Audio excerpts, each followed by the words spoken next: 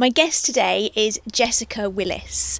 Jessica is the founder and CEO of a company called Intuition Mindset, and she has over 20 years' experience working with large companies. She has worked closely with some of the world's most successful entrepreneurs, business leaders, and influential cultural icons. Jessica's business model is built on the belief that even the most successful among us struggle when the connection to our intuition is lost. Intuition isn't some buzzword or some woo-woo fad. I really think we need to start taking our intuition more seriously. I strongly believe that it's the key to success, the key to fulfillment, and it's the key to really understanding who you are. I always knew how important intuition is, but Jessica has managed to open my eyes even further. And I'm confident that you will find true value in this interview. So let's get into it. Jessica, hi, how are you? I'm good. How are you? Good. I'm so sorry about that. I've had a bit of a technical problem with the internet. I am on the road at the moment, so I do apologise if my picture is a little bit on the rustic side, shall we say? I love it. That's awesome. But hopefully, so long as I don't drop out, we should be okay. But how are you anyway? Doing really well. Thank you. Good. I've got a free resource that I would love everybody to try at least once. It's a 2.5-minute reset that taps into emotional intelligence, intuition, and our mind's, our imaginal mind, which is basically the foundation of that is whatever your mind can see, it can create. And so most people are woefully underdeveloped in their visualization and right brain capacity. So this is just a 2.5-minute exercise to boost that. And it's pretty effective. It's been pretty neat to see the results that people get with this thing. Excellent. I'd be interested to have a look at that myself, because I think I've created a similar exercise in one of my previous videos, which was inspired by the Designing Your Life, I think it's called. It's a book by Dave Evans and Bill Burnett. I don't know if you've read it, but they have some exercises in there about getting crazy with that right side of the brain and kind of, letting the logic go for a second and just, if you want to be a pirate, be a pirate. That's so cool. That's fun. That makes a lot of sense, because one of the foundations I stand upon is we have to remember how to play. If we've forgotten how to play, then we succumb to our own tyranny and our own oppression, which is interesting because the opposite of tyranny and oppression is not benevolence, it's play. So when we think of all of these people who are like, oh, dictatorial things, being afraid of dictatorships and tyranny and oppression, it's like, well, the antidote to that is literally to play, which is just so exciting that we're starting to learn how to do that. Exactly. And who doesn't want fun? Who doesn't need more fun as well? Some people forgot. I will say that I've been around a lot of people who have forgotten what fun is. And that sucks. That's a hard road back sometimes. Be like, no, you need to play. Yeah. And do you think, well, I probably know the answer to this question already, but do you think fun and intuition is linked then? I do. Yeah. Because this life was not meant to be so burdensome. There are some struggles, there are some pains and difficulties, but that's not the whole of our experience. And so if our mind is continually pushing us into mindsets that is the whole of our experience, our intuition will have to tell us, hey, there's something off about this. You've forgotten what joy is. And I know we can shift after this, but you would be shocked at how many people have forgotten what positive, joyful, and happy emotions feel like. I've met so many people that are like, I didn't know that my body could feel happy again. I was like, my God, how long's it been? A really long time. And so their body has to remember that happiness and joy is an option. And I guess it feels a little bit alien and awkward to begin with as well. Yep. And that's what this exercise does is it helps the individual retrain their nervous system to say that joy is actually safe, that happiness is actually safe. Because I remember when I was coming out of my stuff, I got, what do they call it? A glimmer, which is the opposite of a trigger. It's like the universe shines on you just for a second. And I felt this wave of joy, and it was so overwhelming that I shut it down immediately because I was afraid of it. I was like, nope, that's too much. That's too intense. I don't know what that is. And my intuition was like, hey, that was joy. I'm like, wow, that was a lot. And I had to like remember and retrain my body to say that, no, that's the idea. Like, we should all get those feelings. And lean into it as well when it does come. Yeah. So let me ask you then, let's go back to the beginning. How did you get into this? How did it come about that you made intuition into a career choice? That's an excellent question. It wasn't obvious to me at first. To be honest, I was so stuck in a career that was requiring so much of me, and I had no idea there was another option. I basically just had this imminent feeling of failure all the time. I was like, man, I don't know why I'm not doing well in my career. I don't know why I'm not doing well in my friendships. I don't know why I'm not doing well in anything right now. I must be failing at all of it. And so I kind of just leaned into maybe there's a health problem. Maybe there's a mental health problem. Maybe I just can't work right now because I'm not really doing anybody any favors by showing up super anxious all the time, which is what was happening. I was going into this job and I would literally be shaking every single day that I would go in there. And this job was fine. It was beautiful people. It was a wonderful mission. I loved it. But for some reason, my nervous system just wouldn't allow it. And so I quit the job and said, I'm just going to take maybe a month, maybe 3 months to just figure out what's going on here. And through that process, of just taking some space from everything that felt really pressured and difficult and caused that anxiety, something else was happening and my intuition was coming back online. But it was kind of a brutal process because there were so many mental blocks in the way and so many shoulds and obligations and, really negative self-talk. And so during that 3 months, I wasn't sure what was happening, but I knew that something big was happening. Eventually, it was like a light bulb flipped on and the intuition was just there. And then all of a sudden there was a new voice in my head, and it was really helpful and really loving and really kind. And it said, you're not going to see the whole picture right now. You just need to follow the next best step. Okay. Well, that was really scary because I had no job. I was running out of money, like all the things. And the next best step over the next 2 years led me to where I am now, to founding a business about intuition and to helping people reconnect with this gift. But at the start of it, not obvious whatsoever, and not something that I'd ever expected for myself. It was just one of those things that I realized everybody has intuition, and it's a lot easier to access than you might think. I guess, where did you go from there then? Because a common theme with people that I've been speaking to recently that have changed their life, if you like, people go from being stuck in a job that just didn't quite fit to then taking a break to reconnect, I guess is the right term. But did you find that it was all of a sudden your path? You said it was a light bulb moment, but was the path from that light bulb moment gradual, or how did it come about to kind of then go, and did it evolve? And Absolutely. I guess the main thing to point out here is my brain literally started operating differently.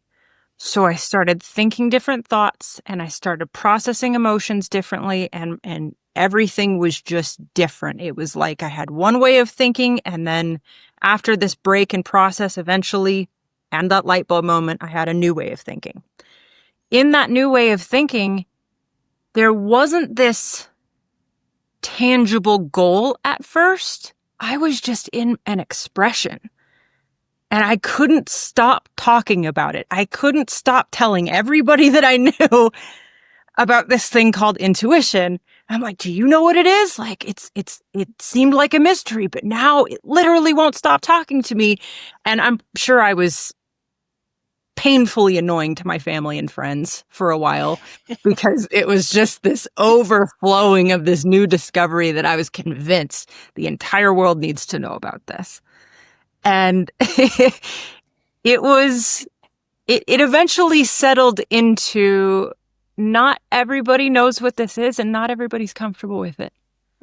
So that took some time and a lot of experimentation, and God bless my friends and family for being so patient with me as I was learning the discernment of like, just because it's obvious to me doesn't mean it's obvious to everybody else. And so in that discovery, it was clear that there were people out there that were interested to learn more, but had all of these preconceptions about what intuition is, myself included. My grandmother was a sort of famous psychic in the Bay Area, and she used her intuitive gifts to work with police departments to help open cold cases and find lost kids and solve murders and do all this really cool and super crazy stuff. And I remember hearing about that as a child and going like, that's cool, but that's also really scary. I don't want to talk to dead people. Like, ghosts freak me out.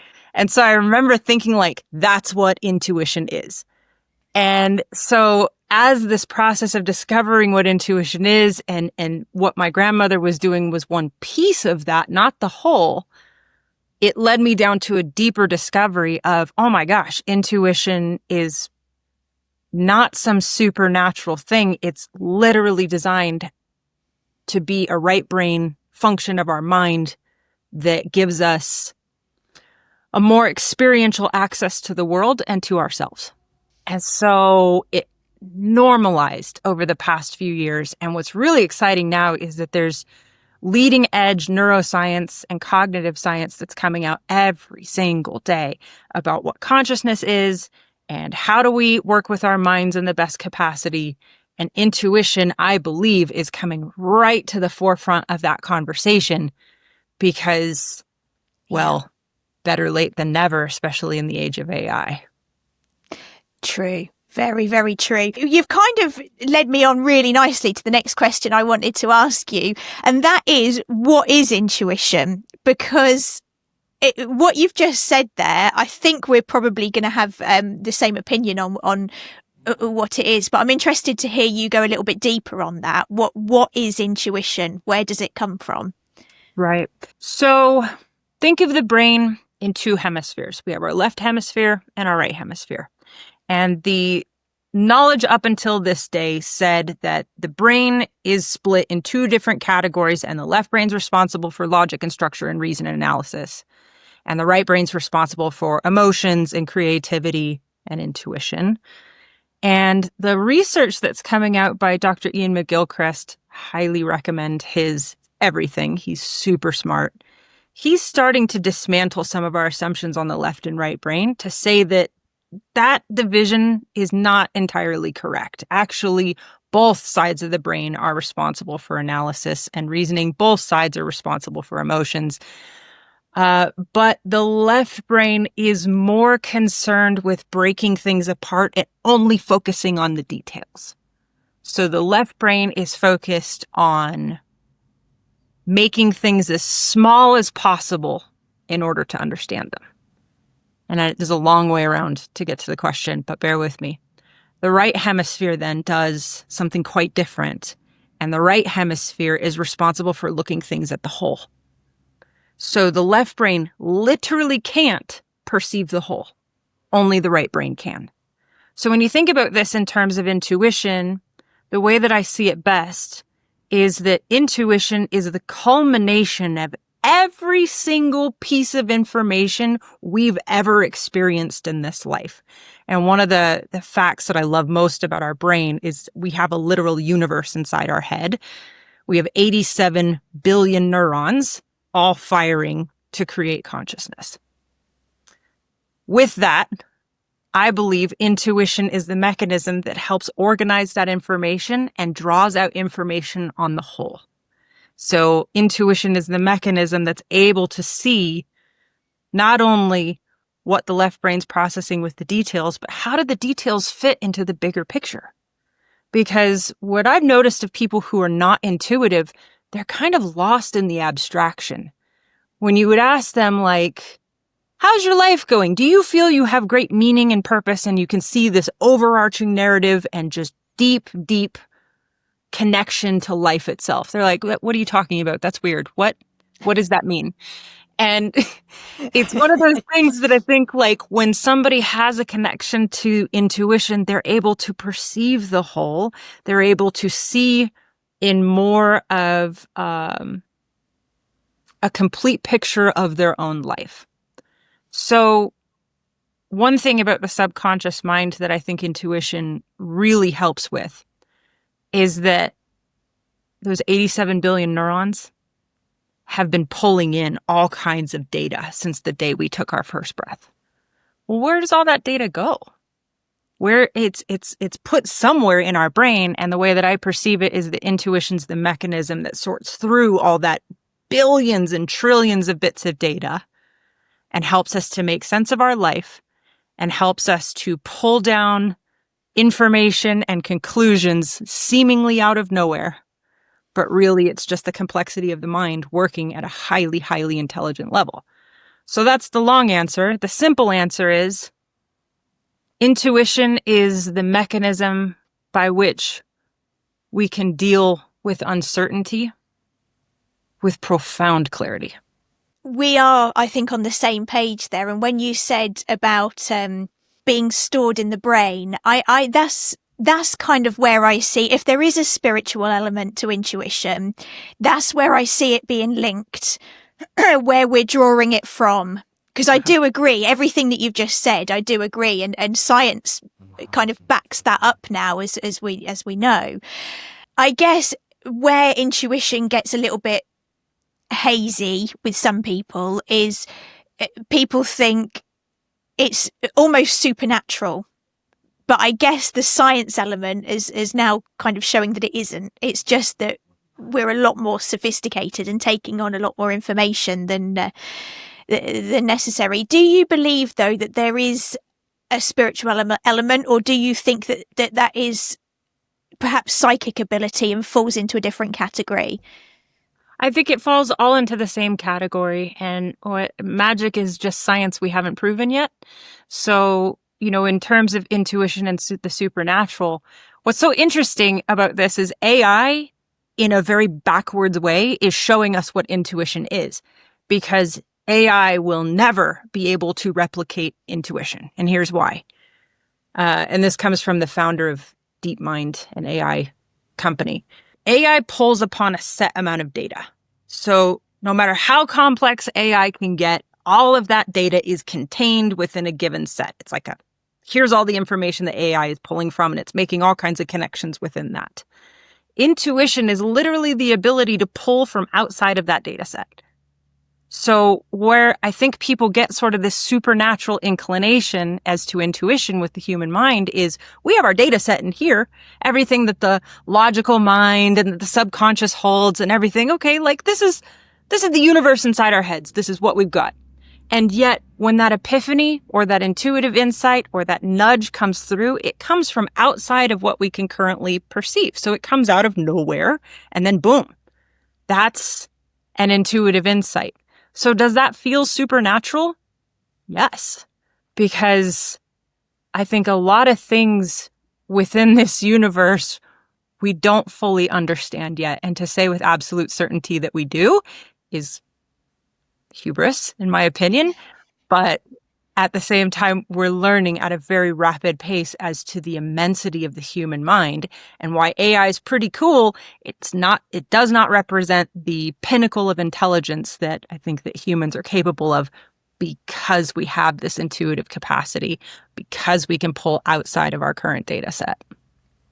I completely agree. Absolutely. And I've said that in previous videos as well about intuition is our superpower over AI. And I think, yeah, we definitely need to lean into that more.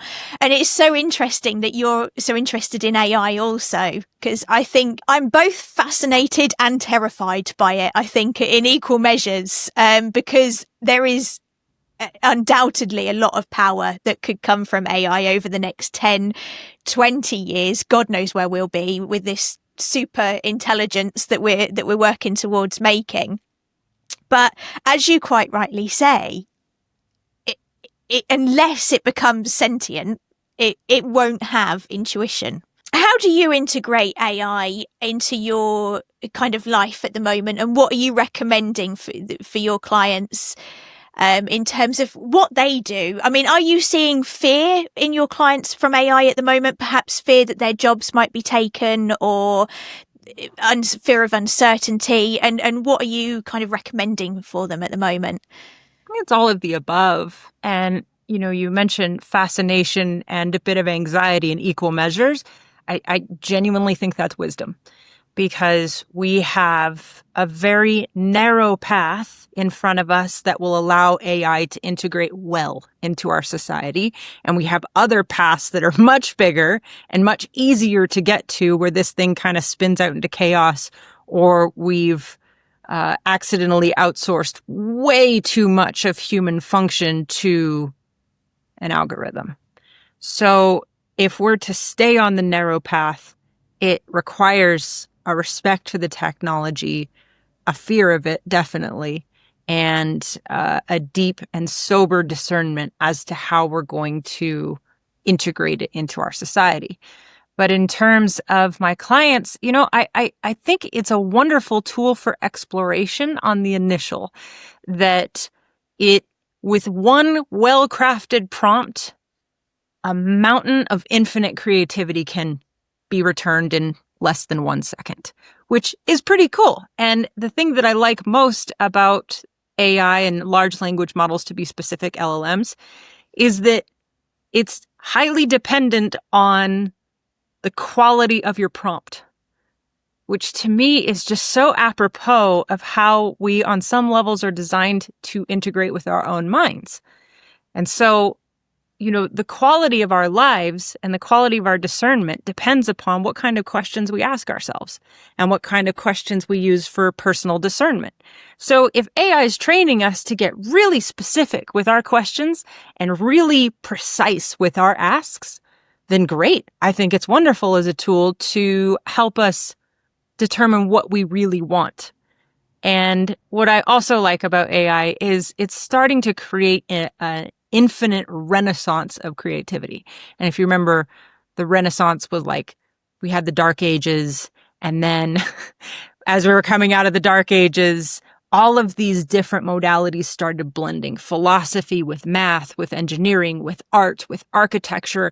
And then the Renaissance exploded into this golden age of enlightenment, where countries like Italy, and Italy's the one that comes most to mind, and ancient Rome, in terms of the level of invention that came forward when we blended those modalities.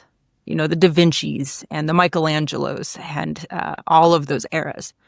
I believe we're entering into that same era again, where there are no more barriers to knowledge, where something like an LLM can tell, with a well-prompted question, tell me about the intersection between engineering and architecture and the beauty of color saturation in buildings, like some random stuff. And AI is like, no problem, and gives us this new idea that didn't really exist before by drawing on disparate kinds of information.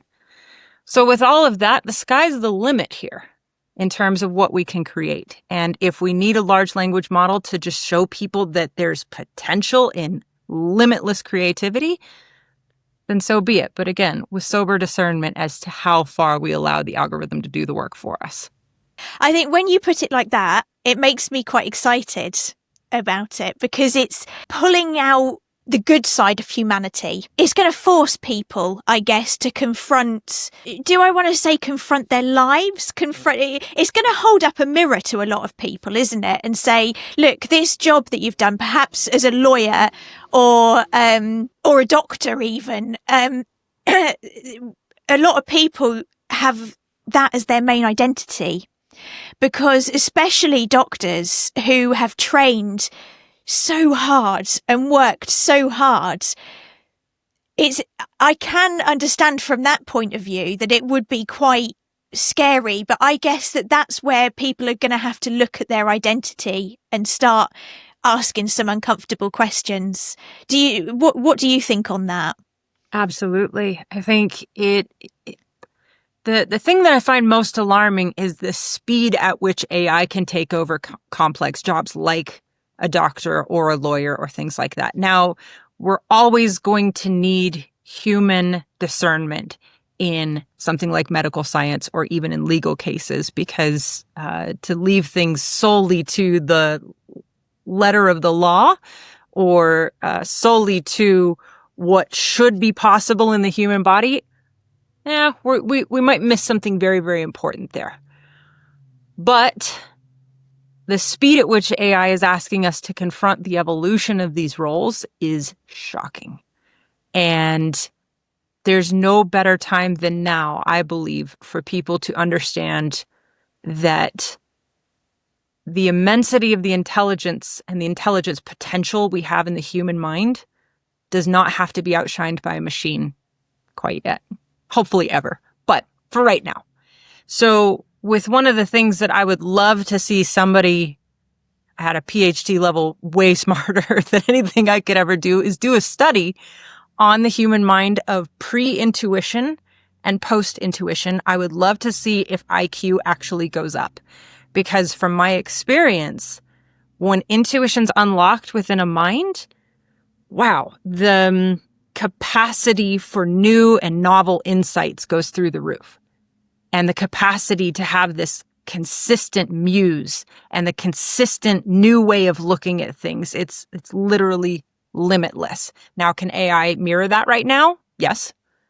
But what if we were to take the training of our minds and the knowing of our minds so seriously that we started to really play with what intuition's actually doing to increase capacity of how much more percentage of our brain we actually can use once the left and right hemisphere are integrated? I mean, from my perspective, well, let's just say it this way.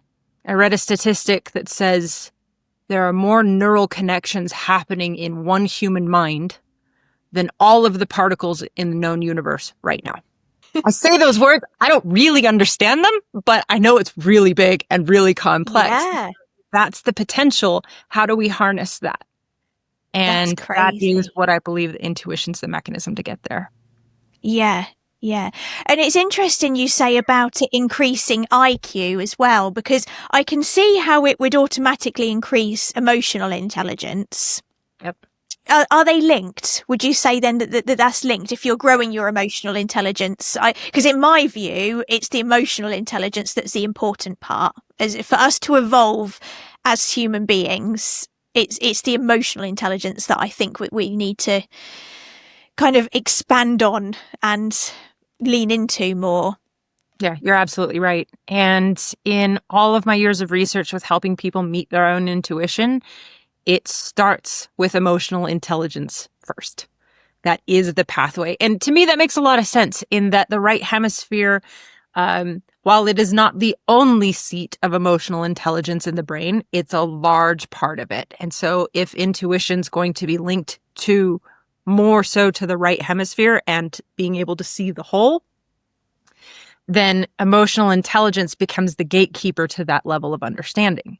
So that's why with the organization that I created, it's not an organization that focuses solely on intuition. It actually focuses on emotional intelligence, cognitive intelligence, and intuition, because I think all three of those things are inextricably linked.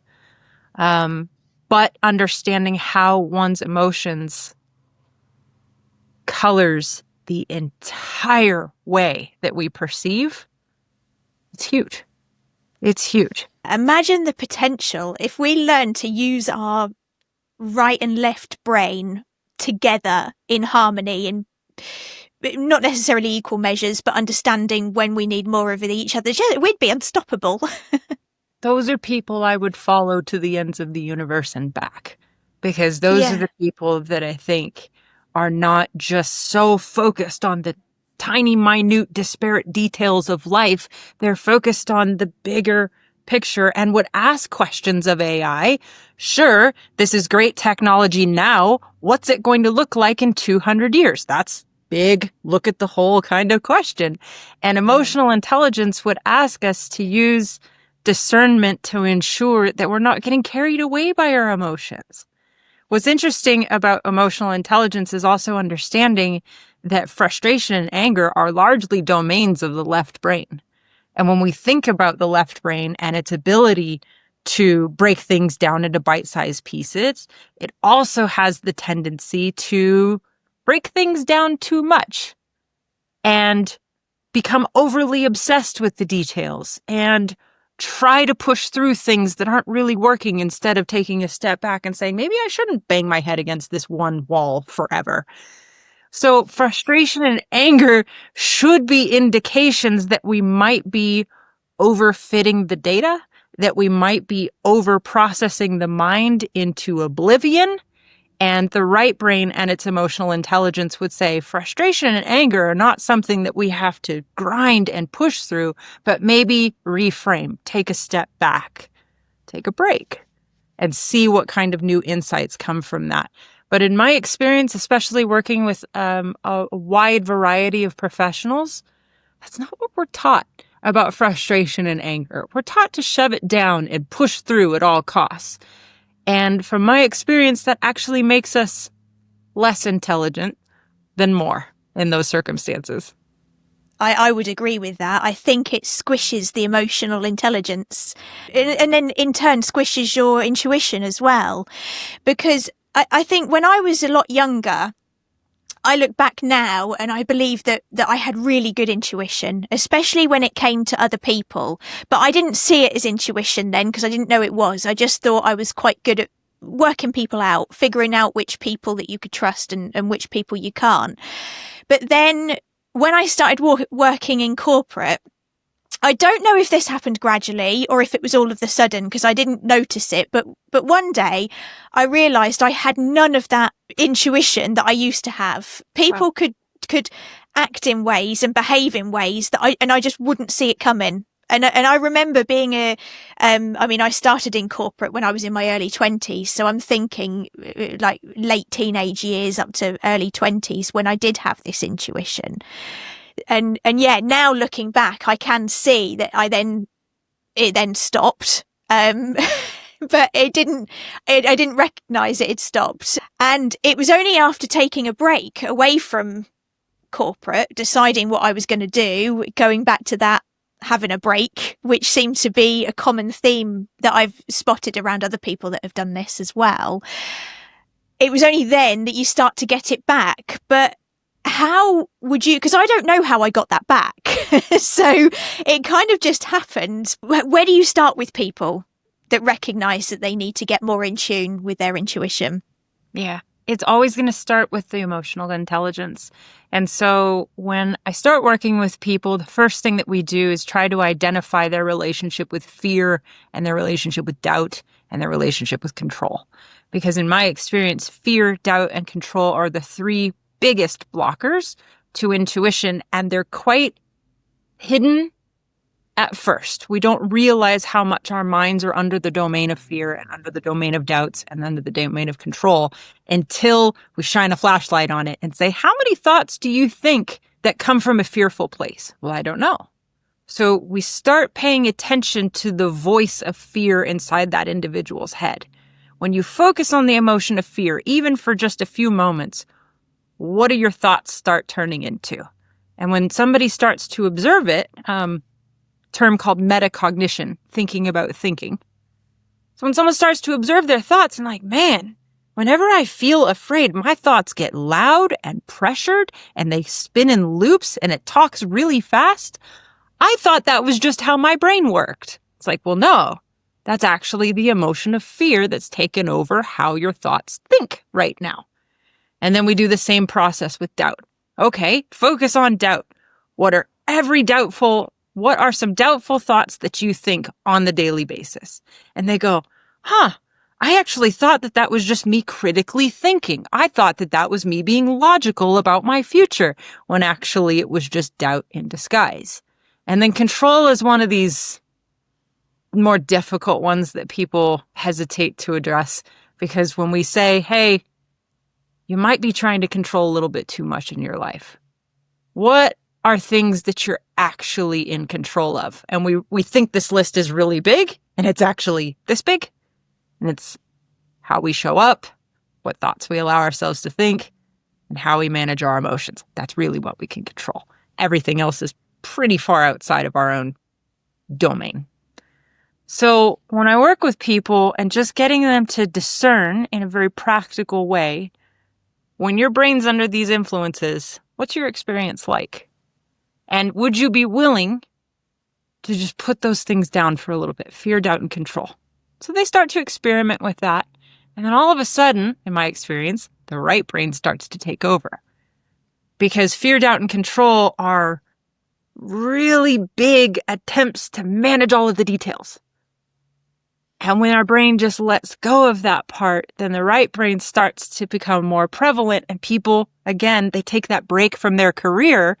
They're basically giving themselves space to experience something else without all of those distractions. And then they report back, I had a new thought today. It came out of nowhere while I was driving or while I was in the shower. Was that an intuitive thought? Yes, it was.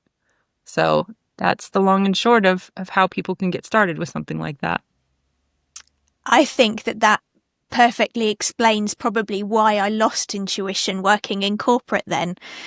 You don't live in a state of fear, but it's high pressure and it's high targets, and you're so focused on that, on where your next sale is coming from, that you squish everything else down almost. Absolutely. Well stated and well synthesized in that the systems which govern our careers, for any individual working within the organizations, they're part of a larger picture. And sometimes employees don't get the benefit of being able to participate in the larger picture within the company.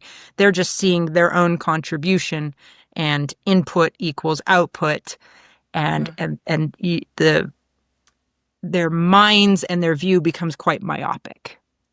And so that's great. I think that corporate culture has an opportunity to start to really invest in their employees' right brain function and start to pull the employees into the bigger, grander, unifying narrative of here's what we're doing as a company. This is why it's meaningful. And for those of you who are interested, we intend on changing the world in the best ways.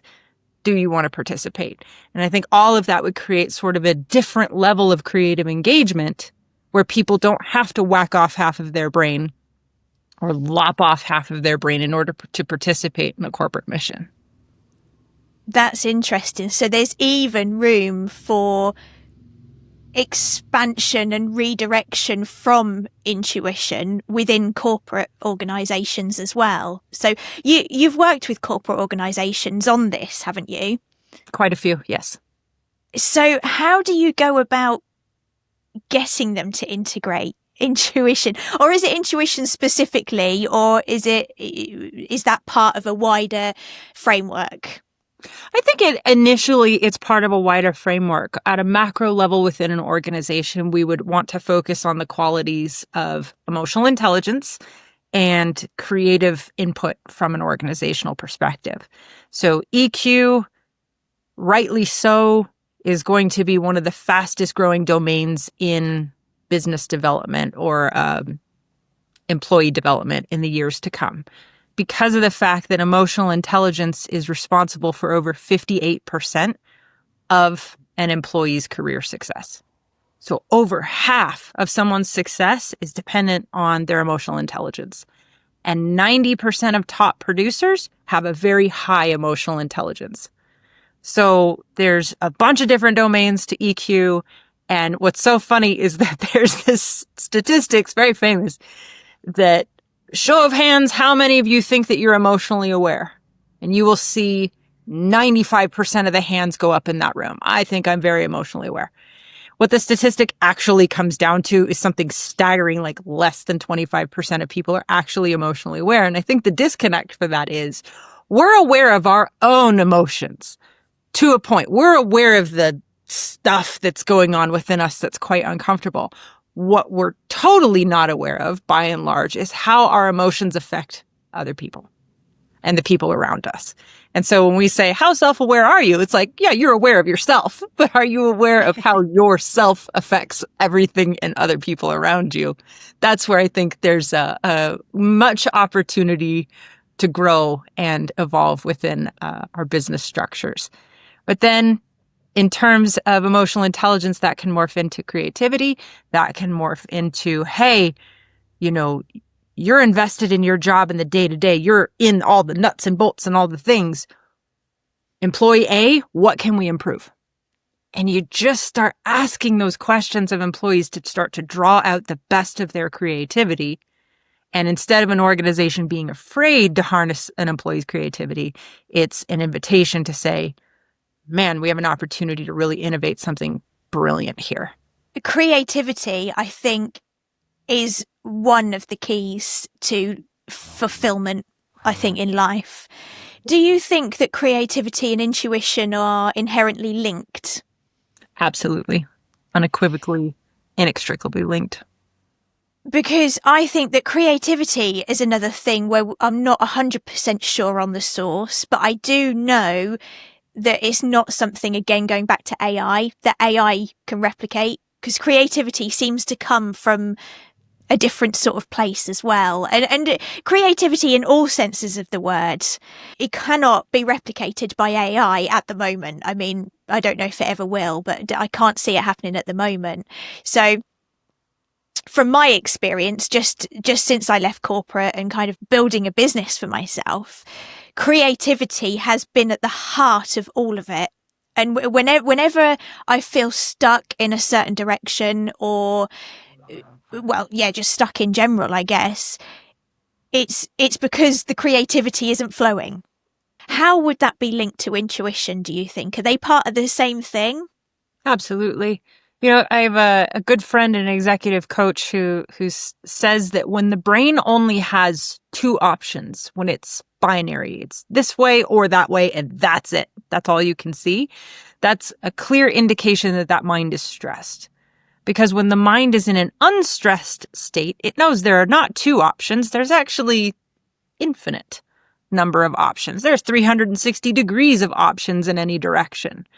But if we're living too much in an overpressured, overfit, too many details, and we can't see the bigger picture, aka left brain's on a little bit too high, then we're going to feel cut off from our creative ability, and we're only going to be able to see a very, very limited number of solutions to any given problem. But when the brain is unstressed, when it's able to perceive the whole, when it is in a receptive and an intuitive state, it knows there's an infinite number of options in a truly infinite universe. So that is what I believe, by the way, that this place that we live in is so perfectly complex with infinity stretching out in every direction if we have the eyes to see it. That's spot on, I think. From my own experience, what you've just said is spot on there as well. I remember going back to when I was a mortgage advisor. For years, I was like, oh, am I really going to do this for the rest of my life? You think, well, what else am I going to do? I might get on a job site and have a look at some other roles and think, oh, I'd have to go back to school for that one, or I don't have experience for that one, or that one would just be more hours anyway, so I wouldn't be any freer, or I might hate that even more. And then that was it. I'd put that to bed and think, well, there's nothing else I can do. There's absolutely nothing. What else would I do? And how can I guarantee I'd enjoy that anymore? And now I look at how I used to think and think, oh, if only you could see, if only I could have seen back then the opportunities that were there if I'd just engaged. But the intuition wasn't there. So if the intuition wasn't there, the creativity wasn't there. So I was never going to see those opportunities until I took that break from it and left. So that seems to be a little shortcut. Although it's not really a shortcut, is it? Because I guess not everybody can just kind of take a career break for 3 months. But well, I would argue that there's a different way to look at some of these career arcs that we go through, because I remember feeling the exact same way. I was also in mortgage. I was in corporate finance, all these different type of very structured career paths that seemingly only had if you get to this point, then you get to this point, and there's no other way to get to this point except through that road. Like, it was very, very laid out. And I remember looking and feeling quite trapped at a few points in my career. And I remember looking at my resume and thinking like, oh no, none of this makes any sense. Like, if I was a hiring manager and I looked at this resume, I was over in this industry, and then I went to this industry, and then I went to this industry. Where do I go from here? Why would they hire me? Because this road is so not linear. My intuition, even though I couldn't hear it, was always there. And it always was pointing me from behind the scenes. And maybe at this point, the intuition becomes interchangeable with inner spirit or soul.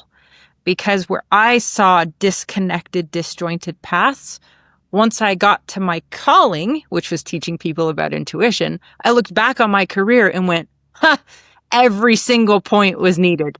Every single thing was absolutely required for this point in the journey. It's almost as if there was a grander unifying narrative that I couldn't see, that I should have just trusted a little bit more. So what's interesting, when I get to meet people all different stages of their career, they go, man, I feel like I'm super trapped in this job. And they go, think of it this way. There's jobs, and then there's careers, and then there's professions, and then there's a calling. And you need every single layer that happened in order to get to your calling, because you've got to build up the appropriate level of skills in your mind to get you there. Now, what's so interesting about people's calling is it usually doesn't happen until about midlife, till about 40. I have a theory about this because I think that the subconscious mind that's been collecting all of that data since the day we took our first breath and said, okay, if you're going to get to that calling, you need to do this job, this job, this job, and this job. You need to have the requisite number of skills in order to get to where you're inevitably meant to be. So then, at some point, all of the skills that we've collected reorganizes. We quit the job or have the midlife crisis. We take that break. The brain reorganizes. And then all of a sudden, we can see our legacy based upon everything that came before it. And the weird part about this part is that the struggle, I don't know if it was required, but it certainly becomes meaningful. Every single struggle that somebody had leading up to that point in their life, that point where it all just clicks and they go, oh, that's why that was so hard. Dang, I didn't enjoy it that much, but man, does it have some meaning now. And I think that storyline, that switch, that light bulb moment is something that only intuition can interpret. And so if people are looking for that deeper calling, purpose, or meaning for their life, lean in. Lean into the grander narrative that's been there the whole time, because I guarantee there's a beautiful story that was woven through your life the entire way. And don't listen to the social narrative, because that will probably try and talk you out of it. 100%. Yeah. Yeah. And I believe that some people get there because of a trigger as well. I was talking to Victoria Wright about this, who you know. And we were talking about triggers, either some sort of life crisis that get people to kind of take the veil away to see, I guess, that there's so much more out there if they're not particularly happy. Because that's what happened to me, really. I don't think had I have not gone through grief and loss, I wonder if I would still be working as a mortgage advisor, having a look at the old job sites every few weeks when I've had enough, and still doing that. And I wonder if without that trigger I would have actually done anything. Maybe if I'm not at 40 yet, so maybe with your theory, if I'd have waited, I would have hopefully got there eventually. But I think you're right. There is a path for all of us, and I think that's why I don't get too frustrated with people who just don't see it, because I think they're not meant to yet. Yeah. And I think the increasing levels of anxiety and disillusionment and dissatisfaction that we're approaching in our society right now are pointing to something very important, that I think people approach that anxiety and dissatisfaction and thoughts of depression as the end game. Well, that's it. I'm the saddest I am right now. There's nowhere else for me to go. And from my perspective, those emotions are actually invitations. You're meant to be dissatisfied right now because you're actually not being challenged in a way that's meaningful to you. And it's weird. People get mad when I say that at first because I'm like, you're not challenged enough. You're actually bored. My depression is not boredom. I'm going to argue it might be. And just, clinical depression, we're not talking about that. But somebody who's saying like something is not working right. And I would say, if there's a meaningful challenge out there for you, an optimal level of challenge, not something that's like too hard or too crazy, but something that gives you just enough that you decide to start developing your skills and you start getting curious about life again, follow what that is. And that would make the other challenges that we're involved in irrelevant. And actually, we would see quite clearly, like, that's not a challenge I want to do because I don't enjoy it. So the challenges we actually do enjoy, there's a key to our calling within that. And I believe that we keep getting thrown these challenges until we do until we do listen to that calling. Until one fits right, yes. Yeah. And so there's a bit of advice. The sooner you follow your calling, the easier life will get in a roundabout way. Truer words have never been spoken. I absolutely agree with that statement. Well, if you were to give one piece of parting advice, say, to somebody who is listening through this interview, so is interested in intuition and perhaps wondering how they can get in touch more with their intuition. We've already given them like leaning into the emotional intelligence. And I know that you've got a free resource, which we're going to link to, and you've just launched a course as well. So you have got a lot of imparting information potentially to give. But if you had to narrow that down to just one piece of advice, what would you say? Intuition speaks in stillness. And when people first hear that, they think, okay, I have to still my body. And sure, yes, that is a wonderful place to start. But take it the next step further. Intuition speaks to a still mind. And so whatever you can do to learn to silence those thoughts of fear and the thoughts of doubt and the thoughts of control, your intuition is whispering right behind that. So commit to a stillness practice. If even just for 5 seconds a day, it will build upon itself. And at first, intuition is extremely subtle. I think one more point I'd like to make about intuition is it always speaks and nudges in a loving and kind way. It always speaks the truth, and sometimes the truth is kind of like, great. But it's always the truth, and it will always be spoken kindly. If someone is discerning a voice or a narrative in their head that is unkind, that is not intuition. Yeah, I completely agree. Yeah, that would be anxiety, fear, but yeah, intuition's potentially quieter. I think what you've just said, I would reiterate, you will only hear it when you slow down or break, what's the word I'm looking for? Break the cycle, maybe? Break the cycle of survival mode living, which I know a lot of people are in at the moment. So, yeah, I completely agree.